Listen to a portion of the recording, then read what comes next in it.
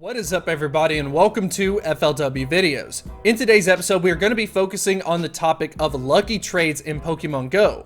But as time goes on, I think we really do need to refine our strategies. I think that lucky trades can be utilized into two different categories. Number one, you've got the guaranteed lucky trades. These do not come about that often, but when you get them, you want to make sure that you are focusing on very expensive Pokemon, such as legendaries, such as exclusive moves, maybe even a shiny, for example. You're going to want to focus on those for that specific case.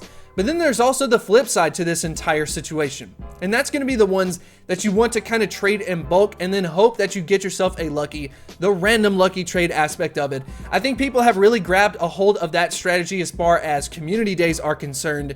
You wait till the end of it, you trade with a friend, you hope you get a couple of luckies, and then later on you can of course save Stardust over time if you do plan on powering it up. That's what we're going to focus on today, except a little bit of a twist. We're not going to worry about exclusive moves. We're going to focus on Pokemon that, number one, are very good for their respective typing, very good attackers. Number two, you can get them weather boosted in the wild fairly easy. Also wanted to announce that I actually have a sponsor for today's video known as Filmora 9. So Filmora 9 is an editing software that I actually use myself. And rather than just listing off a couple of the features that they provide, instead I'm actually going to be editing this video and showing you how I edit towards the end of the video. So if you have ever been interested in covering YouTube content, but you don't have editing experience, or you were just looking for some tips, make sure you stick around for the end of the video. I'm definitely going to have a lot of fun kind of walking through that process. And if you were interested in Filmora, they do offer some great pricing. That's actually why I ended up finding them at first. Check out the links in the description if you were interested in Filmora 9. But anyways, if you do enjoy this type of content, make sure to hit that like button and subscribe. But without further ado, let's go ahead and get into the video. I'm very excited about this list because we have a lot of Pokemon that you can get at the weather boosted level, get yourself a lucky, and it's not going to cost a lot to power it up to 40. The budget Pokemon that provide a lot of value. Into the number 10 spot is going to be Kingler. So Kingler might come to a surprise to some people if they haven't been playing Pokemon Go lately. From the water typing, Kingler is now the number one water type attacker. Yeah, you heard me right. It does better than Kyogre in many instances, at least until Kyogre gets its exclusive move, which we know is eventually going to come back around. But for now, Kingler is able to take the title. And how it's able to do that is based on its attack stat, but not just its attack stat.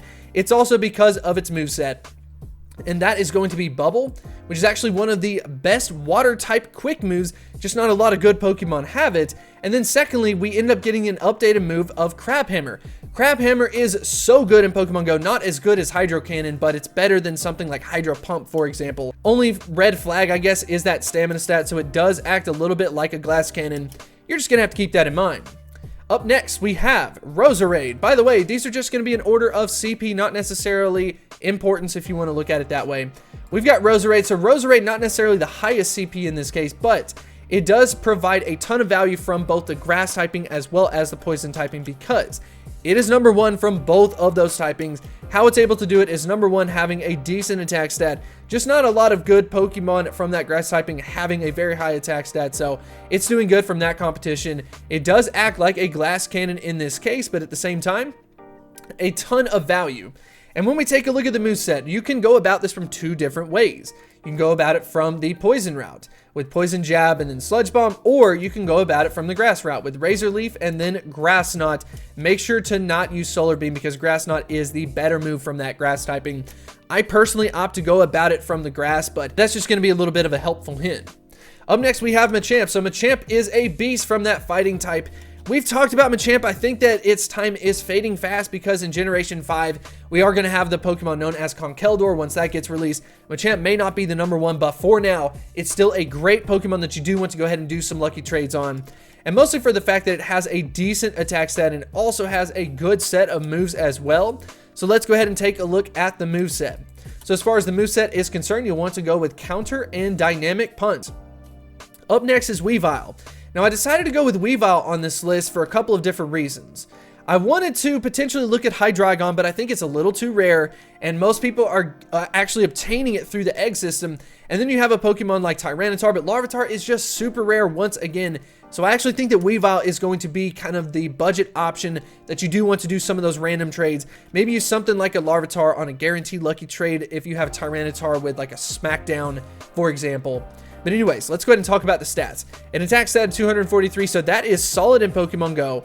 Once again, the stamina is a little bit on the low side, so it acts somewhat like a glass cannon, at least in comparison to the other Pokemon that we mentioned.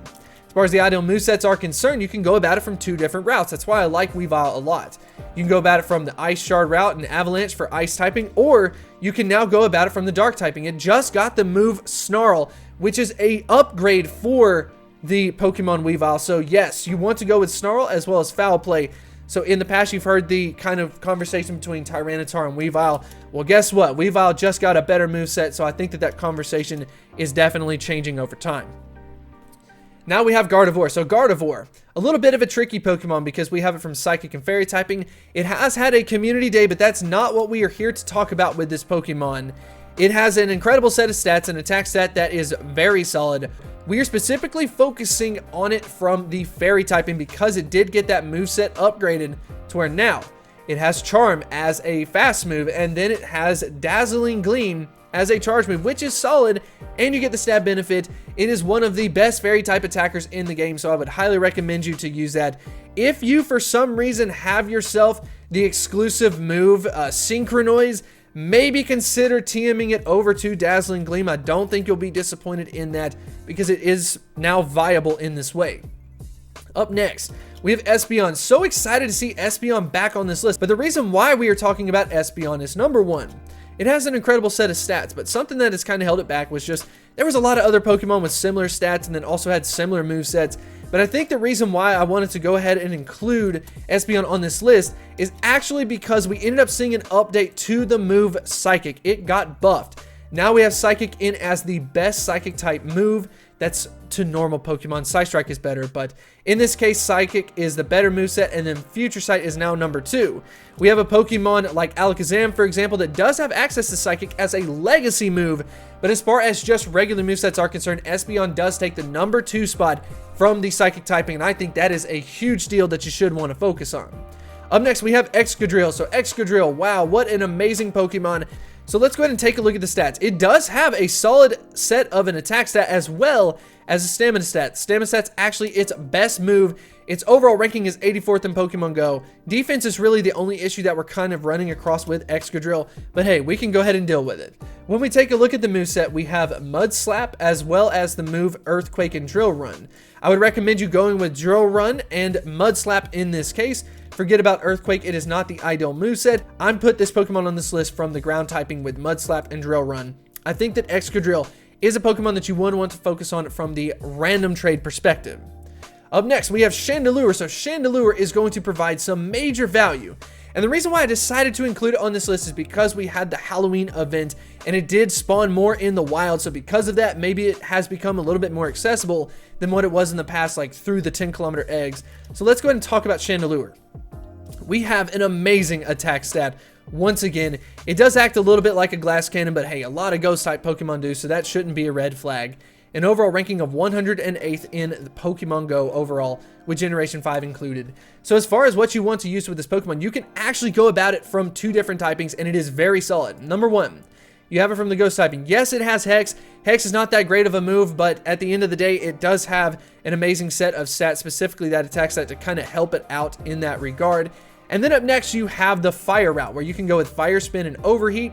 I think most people are going about it from the ghost typing, but at the end of the day, you can utilize it for whatever raid bosses are going about, so I just want to go ahead and express that. Up next is Rampardos. So very excited about this Pokemon. I think over time it has slowly become a little bit more accessible in the wild. I find myself kind of running across it a little bit more consistently than what I did when it first got launched, but we're talking about this Pokemon from the rock typing.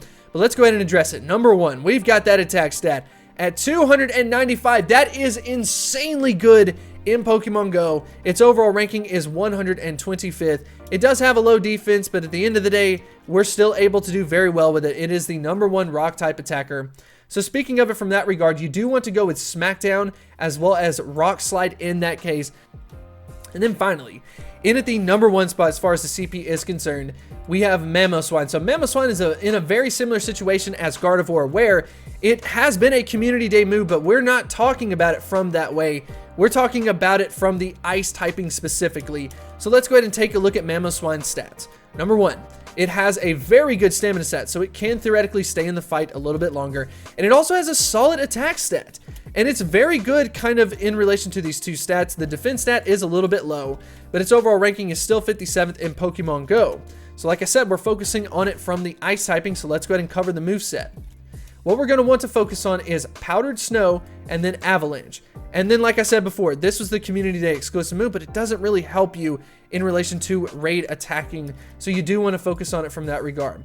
You could technically go ahead and get it from that Bulldoze Mud Slap. It does get beat by a couple of Pokemon, but that's a very good backup option. Maybe if you get yourself Bulldoze once you end up evolving it, you may say, you know what, I'll just throw Mud Slap on it and have a kind of backup from that ground typing. Anyways, that just about wraps up the video. Hopefully you did find a lot of value out of it. Like I said, I'm actually going to go ahead and jump into the editing of this, so if you were interested in that, that's what's about to happen. I hope you did enjoy it, and I will see you next time.